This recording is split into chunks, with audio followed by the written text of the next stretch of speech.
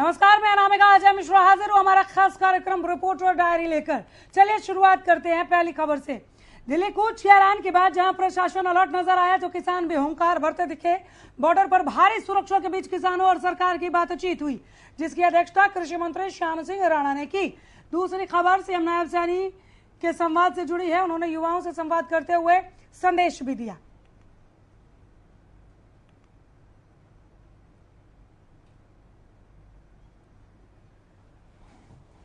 किसानों से मुलाकात की कृषि मंत्री श्याम सिंह राणा ने, उन्हें समझाया बुझाया और वापस भेजा। शंभू बॉर्डर पर सरवन सिंह पंधेर से उन्होंने मुलाकात की, उनकी बातों को सुना और अमल फरमाने का आश्वासन देकर उन्हें वापस भेजा है।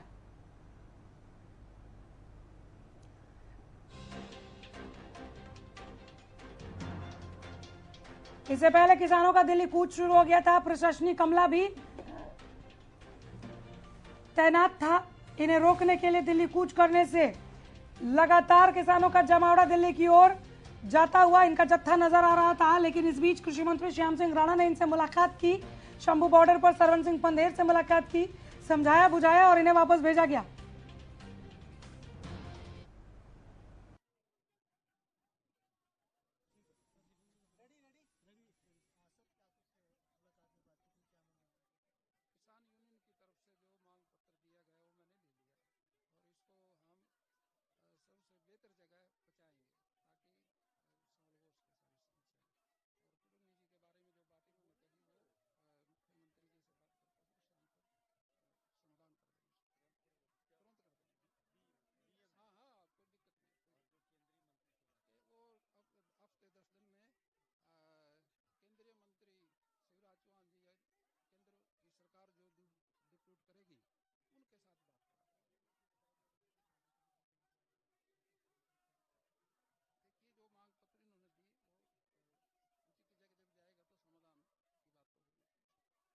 ਉਹ ਕਹਿੰਦੇ ਆ ਜਿੱਥੋਂ ਤੱਕ ਤੁਹਾਡਾ ਸਾਰੇ ਕਿਸਾਨਾਂ ਨੂੰ ਰਿਹਾਈ ਕਰਨ ਦਾ ਸਵਾਲ ਹੈ ਤੇ ਉਹਦੇ ਤੇ ਅਸੀਂ ਕਾਇਮ ਆ। ਭਾਵੇਂ ਦਿੱਲੀ ਚ ਹੁਣ ਇੱਥੇ ਛੱਡ ਦਾਂਗੇ, ਠੀਕ ਹੈ। ਅਸੀਂ ਤੇ ਕਿਹਾ ਹੁੰਦਾ ਵੀਡੀਓ ਕਾਨਫਰੰਸ ਹੀ ਤੁਹਾਡੀ ਚੋਣੀ ਸਾਹਮਣਾ ਕਰ ਲਾਂਗੇ। ਅਗਲੇ ਬੰਦੇ ਵੀ ਸਰਕਾਰ ਨਾਲ ਸਾਡੀ ਗੱਲਬਾਤ ਸ਼ੁਰੂ ਕਰਾਈ ਜਾਵੇ। ਉਹ ਕਹਿੰਦੇ ਡੀਸੀ ਤੇ ਜਿਹੜਾ ਹਰਿਆਣੇ ਦਾ ਖੇਤੀਬਾੜੀ ਮੰਤਰੀ ਆ ਉਹਨੂੰ ਸੱਦਦੇ ਆ, ਤੁਹਾਡੇ ਨਾਲ ਗੱਲਬਾਤ ਕਰਾਉਂਦੇ ਆ।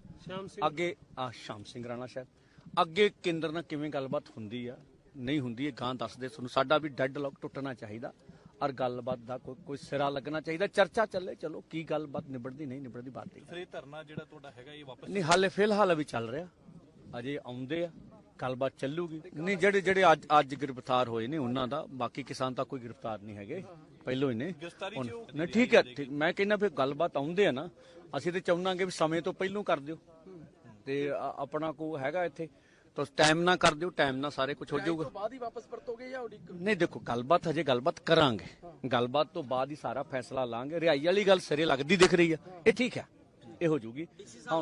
हाँ डीसी ते हरियाणे का मंत्री आ रहा। नहीं देखो वो कहंदे भी सी गलबात करने आ, गलबात तो बाद देख तू फिलहाल तक गलबात लई तां सरकार पॉजिटिव लगी है। हुण गलबात की निकलदा है पता लग नहीं। देखो ऐ नहीं कह सकते, साथी तां रिहा होए हो जाने आ, पर ਅਸੀਂ ਸਮਝੌਤੇ ਤੇ ਵੀ ਗੱਲ ਕਰਾਂਗੇ। ਭਾਰਤ ਅਮਰੀਕਾ ਟ੍ਰੇਡ ਡੀਲ ਤੇ ਕੀ ਸਰਕਾਰ ਸੋਚ ਰਹੀ ਹੈ ਫਿਰ ਤੁਹਾਡੇ ਨਾਲ ਗੱਲ ਕਰਾਂਗੇ। ਨਹੀਂ ਨਾ ਦੇਖੋ ਅਸੀਂ ਕੋਈ ਸਰਕਾਰ ਨਾਲ ਦੇਸ਼ ਬਚਾਓ ਮੋਰਚੇ ਦਾ ਕੋਈ ਟਕਰਾਅ ਕਰਨਾ ਹੀ ਨਹੀਂ ਹੈਗਾ। ਅਸੀਂ ਗੱਲਬਾਤ ਦਾ ਰਾਹ ਅਪਣਾਉਣਾ ਵਾ, ਪੀਸਫੁਲੀ ਕਰਨਾ। ਜਿੱਦਣ ਕਿਤੇ ਇਹੋ ਜੀ ਗੱਲ ਹੋ ਕਹਿ ਕੇ ਲੋਕਾਂ ਨੂੰ ਲੈ ਕੇ ਆਵਾਂਗੇ। ਜਿੱਦਣ 4 ਘੰਟੇ ਵਾਲੀ ਆਏ ਤੇ 4 ਘੰਟੇ ਦੀ ਗੱਲ ਕਰਨੀ ਹੈਗੀ ਸਾਡਾ ਕੰਮ। ਠੀਕ ਹੈ ਜੀ, ਸਰਕਾਰ ਤਿਆਰੀਆਂ ਕਰਦੀ ਹੁੰਦੀ ਹੈ। ਸਰਕਾਰ ਜਿੰਨਾ ਕੁੱਟਣ ਤੇ ਤਿਆਰੀ ਕਰ ਰਹੀ ਹੈ, ਗੱਲਬਾਤ ਤੇ ਤਿਆਰੀ ਕਰੇ, ਨਿਬੜ ਜਾਵਾਂਗੇ। ਹਾਂ ਦੇਖੋ क्या दिल्ली के किसान घाट पर चल रहे किसान प्रदर्शन में शामिल होने जा रहे किसानों को पुलिस ने दिल्ली द्वारका UIR2 के एंट्री गेट पर रोक दिया। इसके बाद किसानों और पुलिस के बीच बातचीत हुई, जिसके बाद किसानों ने बहादुरगढ़ बाईपास से वापस अपने घर लौटने का फैसला लिया। किसान रविवार सुबह करीब 6 बजे से धरने की तैयारी में थे।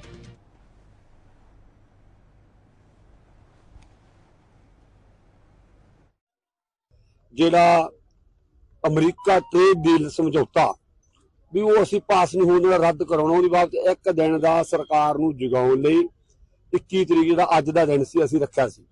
ਤੇ ਅਸੀਂ ਮਤਲਬ ਸਾਰੇ ਘਰਾਂ ਤੋਂ ਸਾਰੇ ਕਿਸਾਨ ਨਿਕਲੇ ਆਏ ਤੇ ਪਰ ਇਸ ਕੇਂਦਰ ਦੀ ਸਰਕਾਰ ਨੇ, ਪ੍ਰਸ਼ਾਸਨ ਨੇ ਜੋ ਉੱਤੋਂ ਆਰਡਰ ਮਿਲਿਆ ਇਹਨਾਂ ਨੇ ਸਾਰੇ ਕਿਸਾਨਾਂ ਨੂੰ ਥਾਂ ਪਰ ਥਾਂ ਹੀ ਰੱਖ ਲਿਆ, ਕਿਸੇ ਨੂੰ ਅੱਗੇ ਨਹੀਂ ਨਿਕਲ ਦਿੱਤਾ। ਜੇ ਰਾਜਸਥਾਨ लोग ਉਹਦੇ ਡੱਕ ਲਏ, जे शंभू वाले सी उधर डक ले। दिल्ली के किसान घाट पर आंदोलन के लिए निकले पंजाब के किसानों को बहादुरगढ़ यूईआर यानी कि यूईआर जो दिल्ली के एयरपोर्ट और द्वारका की तरफ जाता है उसके एंट्री पॉइंट पर रोक दिया गया।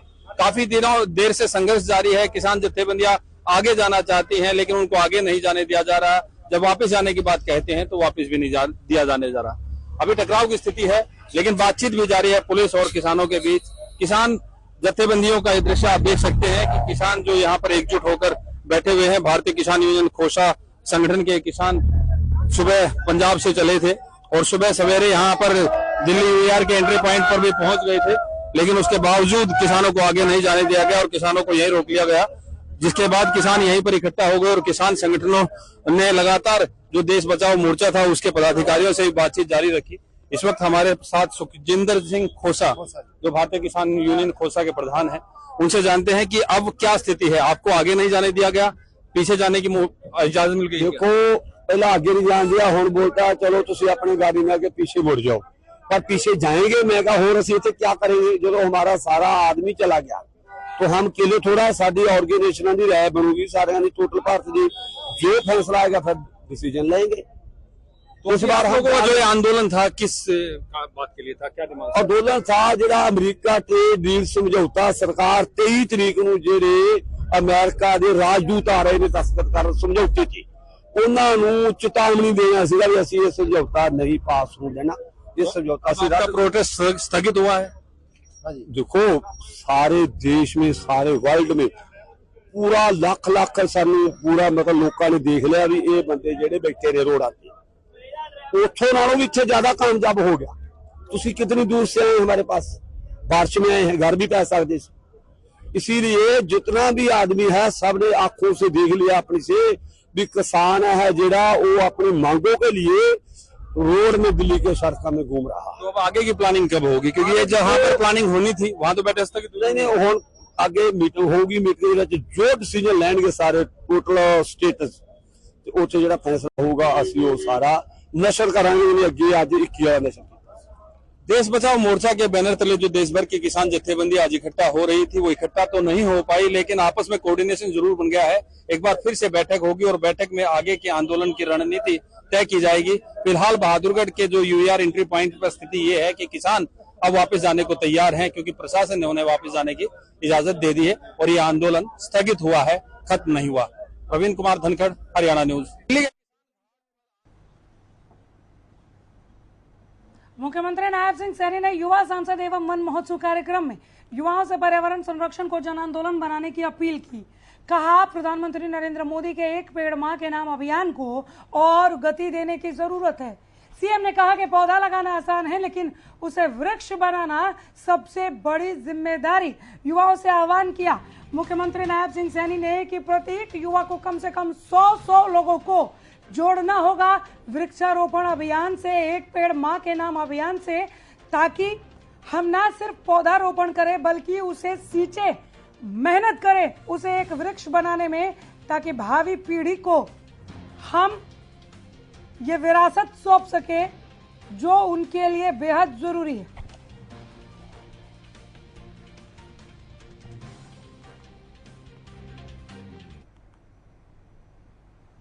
आज पिंजौर की इस पावन धरती पर प्रकृति की इस गोद में हम देख रहे हैं कि कैसा यहाँ का एक ऊर्जावान वातावरण हम सबको दिखाई दे रहा है।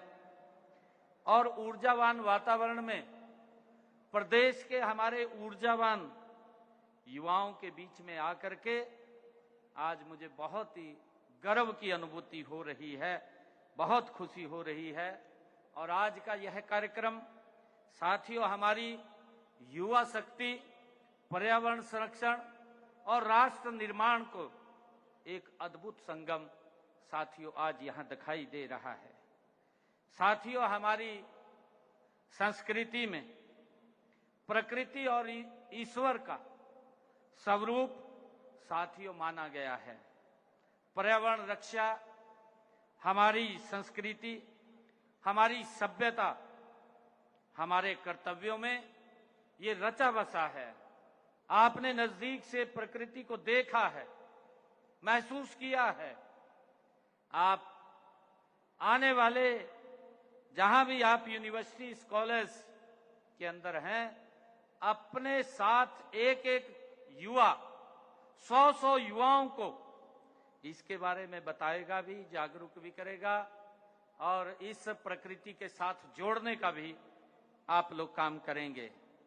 मैं इस 4 दिवसीय प्रशिक्षण शिविर के लिए आप सब युवा साथियों को बधाई भी देता हूं, शुभकामनाएं भी देता हूं।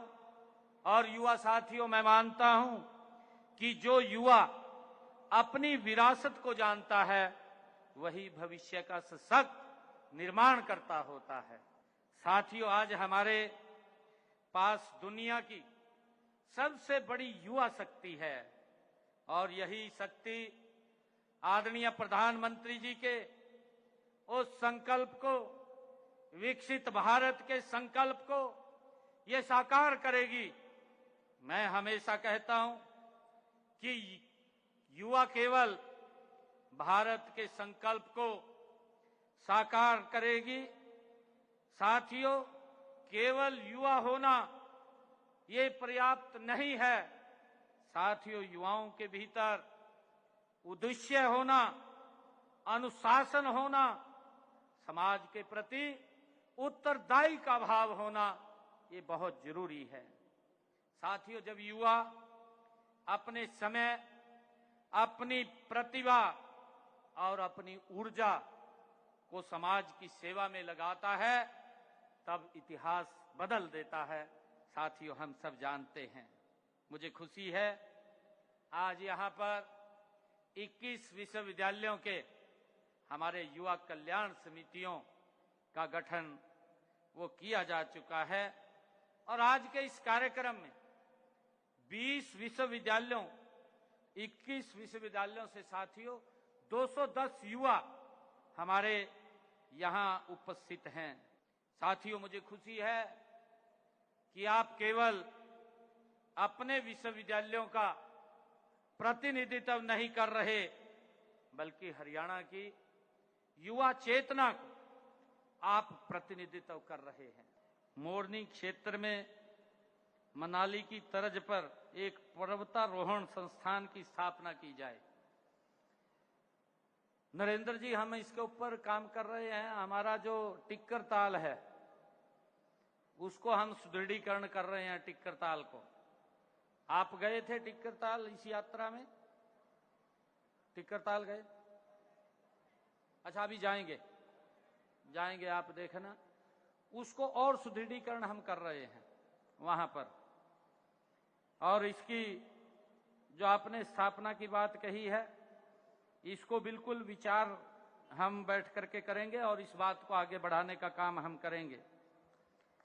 दूसरी मांग आपने कही है कि मुख्यमंत्री तीर्थ योजना का विस्तार करते हुए इसमें युवाओं को भी शामिल किया जाए। प्रत्येक वर्ष 1000 विद्यार्थियों को तीर्थ पर्यटन करवाया जाए। विशेषकर राम मंदिर दर्शन हर युवा का सपना है। हम इसको जरूर शामिल करेंगे नरेंद्र जी। तीसरा, आपने कहा है कि युवाओं की समस्याओं के लिए मुख्यमंत्री कार्यालय में एक विशेष अधिकारी की नियुक्ति की जाए। बिल्कुल नरेंद्र जी, आपको जब भी मिलने की या कोई समस्या की बात होती है, हमारा मुख्यमंत्री कार्यालय पूर्ण रूप से आपकी बात सुनता है। फिर भी अगर आप अलग से किसी एक अधिकारी की नियुक्ति चाहते हैं जो युवाओं की बात को सुनेगा और मेरे तक पहुंचाएगा, उसकी हम जरूर नियुक्ति। प्रधानमंत्री नरेंद्र मोदी ने हरियाणा को करोड़ों की सौगात दी। जींद को पीएम की तरफ से चुनने पर आभार जताया है। जींद का नाम आज विश्व के मानचित्र पर आया, ये गर्व की बात। कृष्ण मिड्ढा ने यह बात कहते हुए आगे कहा कि पीएम मोदी की स्वच्छता अपील को हम जन आंदोलन बनाएंगे। उन्होंने कहा कि विपक्ष को जनता के मुद्दे उठाने चाहिए, न कि हंगामा करना चाहिए। जींद से हाइड्रोजन ट्रेन की शुरुआत हुई और देश के प्रधानमंत्री नरेंद्र मोदी वहां पर पहुंचे, जिन्होंने हरी झंडी दिखाने का काम किया। इस वक्त खास बातचीत करने के लिए हमारे साथ deputy speaker doctor Kishan Lal Midda मौजूद हैं, उनसे तमाम बातचीत करेंगे। सर, जींद की धरा पर प्रधानमंत्री नरेंद्र मोदी पहुंचे, काफी ऐतिहासिक दिन रहा वो, क्या कहना चाहेंगे? अब क्या स्थिति है जींद की, और जिस प्रकार से उन्होंने जो संदेश दिया, क्या मानते हैं आप? जी नमस्कार जी, जय माता दी। देखिए, मैं सबसे पहले तो देश के प्रधानमंत्री जी का बहुत बहुत आभार व्यक्त करता हूं कि उन्होंने जींद को चुना, और जींद का नाम पूरे वर्ल्ड के नक्शे पे आया। 17 तारीख को जैसे ही देश के प्रधानमंत्री जी ने हरी झंडी दिखाने का काम किया, तो जींद का नाम पूरे वर्ल्ड के नक्शे पे आ गया। ये हमारे लिए बड़े गौरव की बात है। और मैं ये भी कहूँगा कि देश के प्रधानमंत्री जी ने, शायद हमें एनसीआर में जींद आया उसका भी फायदा मिला, और वैसे भी ये कहूँगा कि उनके आने से एक दीपावली जैसा माहौल रहा। लोगों में बड़ा उत्साह था उनको देखने का, एक झलक उनकी पाने की लोगों की बड़ी मतलब कि उत्सुकता थी, और लोगों ने उनको देखने के लिए काफ़ी समय लोग सड़कों पे भी खड़े रहे उनको देखने के लिए। रेलवे स्टेशन पे भी बच्चों से उनकी मुलाकात हुई और लोगों से भी उनका मिलना हुआ। वहीं पर उन्होंने एक बड़ी रैली को भी संबोधित करने का काम किया, और ये रैली इको फ्रेंडली थी। इसमें मैं ये कह सकता हूँ 99% सीएनजी और आपका इलेक्ट्रिक वाहन इनका प्रयोग किया गया, यहाँ तक कि बैलगाड़ी का भी प्रयोग किया मैंने, तो लोगों को बड़ा अच्छा लगा। ई रिक्शा का बहुत ज़्यादा इस्तेमाल हुआ, लोग बैटरी वाली स्कूटी से भी आए। तो इस बात का एक मैसेज देना होता है कि आप तेल वगैरह इसकी बचत करें, क्योंकि हम लोग कहीं ना कहीं निर्भर है तेल को लेके दूसरे देशों पर। अगर हम इन चीज़ों को ईजाद कर लेते हैं, अब जैसे हाइड्रोजन ट्रेन चली है, इसके ऊपर अगर हम लोग और वर्क करेगा हमारे, तो ये मानिए कि ट्रेन जो आज सोनीपत तक चल रही है, कल को दिल्ली तक भी जाएगी। इसी प्रकार से बड़ा फायदा मिलने वाला है। सर, स्वच्छता को लेकर काफी वीडियोस जो है सोशल मीडिया पर वायरल हो रही थी कि आप देखिए किस प्रकार से अब मोदी जी आ रहे हैं तो चमका दिया गया है, अदरवाइज जींद की स्थिति देखने लायक होती है। खुद नरेंद्र मोदी ने भी अपने संबोधन में कहा, देखिए ये जिम्मेवारी जनता की भी बनती है कि आपको स्वच्छ रखना आपकी जिम्मेवारी है, मेरा आना जरूरी नहीं है कि मैं आऊं तभी जींद स्वच्छ हो। तो क्या कहेंगे सर, किस प्रकार से उस बयान को आप देखते हैं? देखिए, मैं सबसे पहले तो तारीफ करूंगा हमारे देश के प्रधानमंत्री जी का कि 1 सप्ताह 10 दिन से उनकी social media, Jind social media पे उनकी नजर थी, कि उन्होंने इस बात को महसूस किया और अपने शब्दों में भी इस बात को कहने का काम किया। और बृहस्पतिवार को ही हम इसकी मीटिंग लेंगे डिपार्टमेंटों की, और जहां उनको आदेश देने का काम करूंगा, वहीं पर जनता से भी नम्र निवेदन करूंगा कि आप सब भी सफाई को लेके अपनी सहभागिता, जब तक देखिए सरकारें अपनी जगह कुछ करती हैं, लेकिन जब तक उसमें लोग अपनी जिंदगी नहीं दिखाते, लोग उससे नहीं जुड़ते, तब तक कोई भी कार्य सफल नहीं हो सकता। तो जिस प्रकार से पार्लियामेंट के अंदर जो चल रहा है सर, खासतौर पर मल्लिकार्जुन खड़गे कहते हुए नजर आ रहे हैं कि विपक्ष को बोलने का मौका नहीं दिया जा रहा। इशू है जो उठाने चाहिए, लेकिन उठाने का मौका नहीं दिया जा रहा, बोलने नहीं दिया जा रहा कि सेशन के दौरान। किस प्रकार से आप देखते हैं, क्योंकि आपका पद भी देखा जाए तो डिप्टी स्पीकर का है सर? नहीं, ऐसी कोई बात नहीं है, बोलने का सबको अवसर मिल रहा है, लेकिन उनके पास बोलने के लिए कुछ है ही नहीं। एक्चुअली क्या है कि वो अपनी बात को छुपाने का काम कर रहे हैं। बोलने को कुछ हो तो आप बोले। और हरियाणा को तो आपको पता ही है कि जब भी सेशन होता है तो बोलते तो बहुत ज्यादा, लेकिन भागते हुए नजर आते हैं। इस प्रकार से बहाना खोज रही है कांग्रेस, विपक्ष बहाना खोज रहा है, जो कि उचित नहीं है। बहुत से लोग आपको जिता कर भेजते हैं कि आप उनके मुद्दों को उठाएं, और आप अपनी बात ही नहीं रख पाते।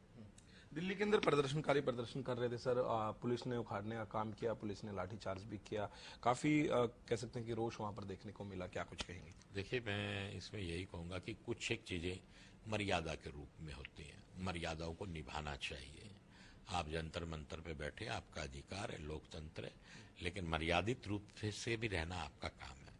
तो लेकिन चलिए, मुझे उम्मीद है जल्दी इस पे बैठ के कोई चर्चा होगी, कोई सार्थक परिणाम निकलेंगे, ऐसी उम्मीद हम कर सकते हैं। सर, भारत और अमेरिका जो ट्रेड डील थी उसको लेकर किसानों में नाराजगी जो है पंजाब को जो किसान उनके अंदर देखने को मिली, और पंजाब के किसानों ने ऐलान किया था कि आज वो दिल्ली की ओर कूच करेंगे, लेकिन उनको जैसे कि शंभू बॉर्डर की बात करें तो वहां पर भी जो है रोकने का काम किया, यानी जहां जहां दिल्ली जाने के जो रास्ते हैं उन तमाम रास्तों पर रोकने का काम किया किसानों को। सर देखिए, मैं इस सब चीज को लेके कहूंगा कि कई चीजों को लोग समझ नहीं पाते। अगर उसको डिटेल में समझेंगे तो मुझे लगता है कि वो कुछ अच्छा ही होगा। लेकिन चलिए, अगर आप विरोध कर रहे हैं और जैसे ही कुछ मीटिंगें, देखिए मीटिंगों का दौर तो चलेगा इनको लेके, तो कहीं आप अपनी बात रखेंगे, सरकार अपनी बात रखी, कुछ ना कुछ परिणाम सार्थक निकलेंगे अगर हम मर्यादित रूप से अपनी बात को रखते हैं। तब मर्यादाओं का विशेष रूप से ध्यान रखना चाहिए। हम लोगों को पूरा वर्ल्ड देख रहा होता है, तो हर चीज़ की एक मर्यादा रहनी चाहिए। तो मैंने जैसे आपसे जिक्र किया, हम फौरन की बात करते हैं तो हमारी शैली भी वही होनी चाहिए, हमारा तरीका भी वैसा ही होना चाहिए। तो ये भी हमें ध्यान रखना चाहिए। सरकार अपनी तरफ से प्रयास करती है कि पब्लिक की बात भी सुने और कुछ ना कुछ बीच का हल निकल जाए।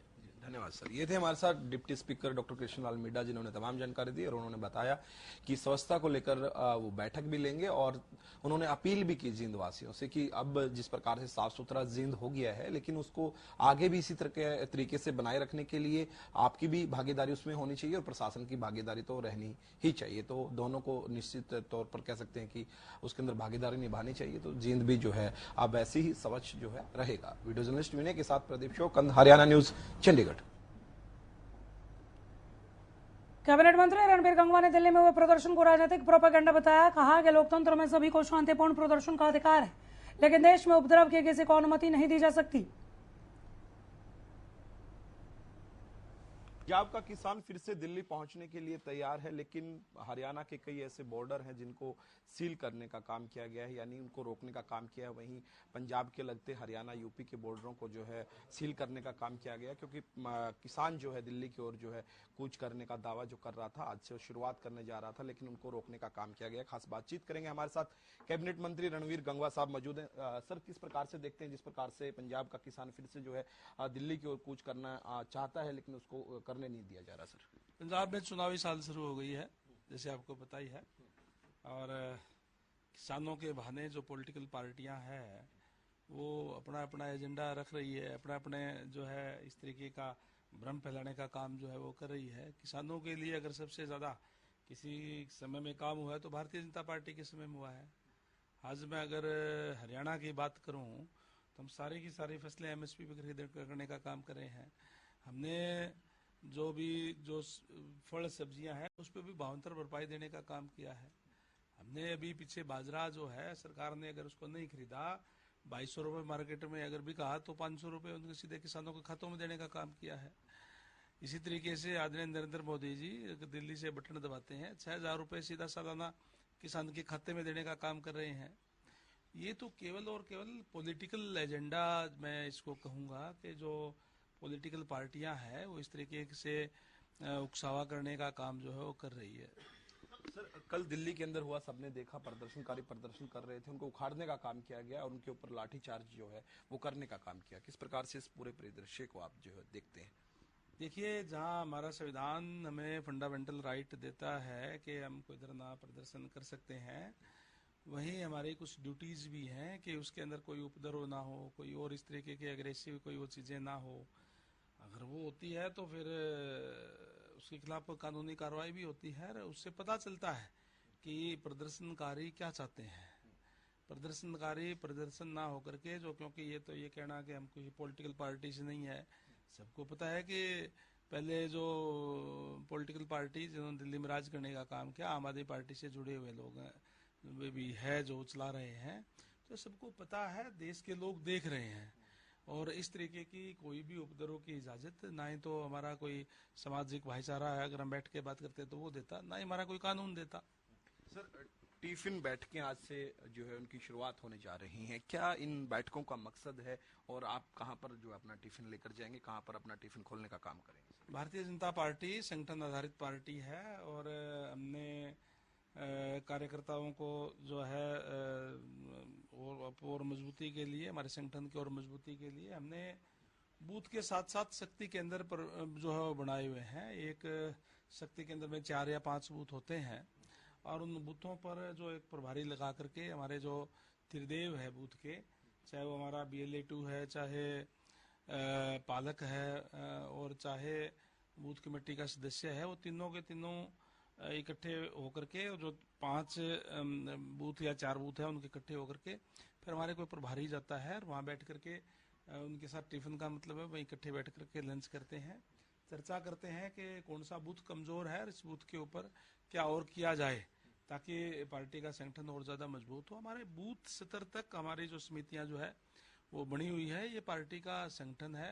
राष्ट्रीय अध्यक्ष से लेकर के बूथ स्तर तक हमारी तमाम जो है चीजें उसका गठन हुआ है और समय समय पर पार्टी के जो पदाधिकारी है, चाहे चुनाव लड़े हैं, चाहे एमएलए हैं, चाहे मंत्री है, इवन माननीय मुख्यमंत्री भी एक शक्ति केंद्र प्रमुख पे जाकर के वहाँ कार्यकर्ताओं के साथ भोजन करेंगे। मेरी भी ड्यूटी है आज की जो है वो बाडोपट्टी गांव है मेरे हल्के के अंदर, वहाँ है।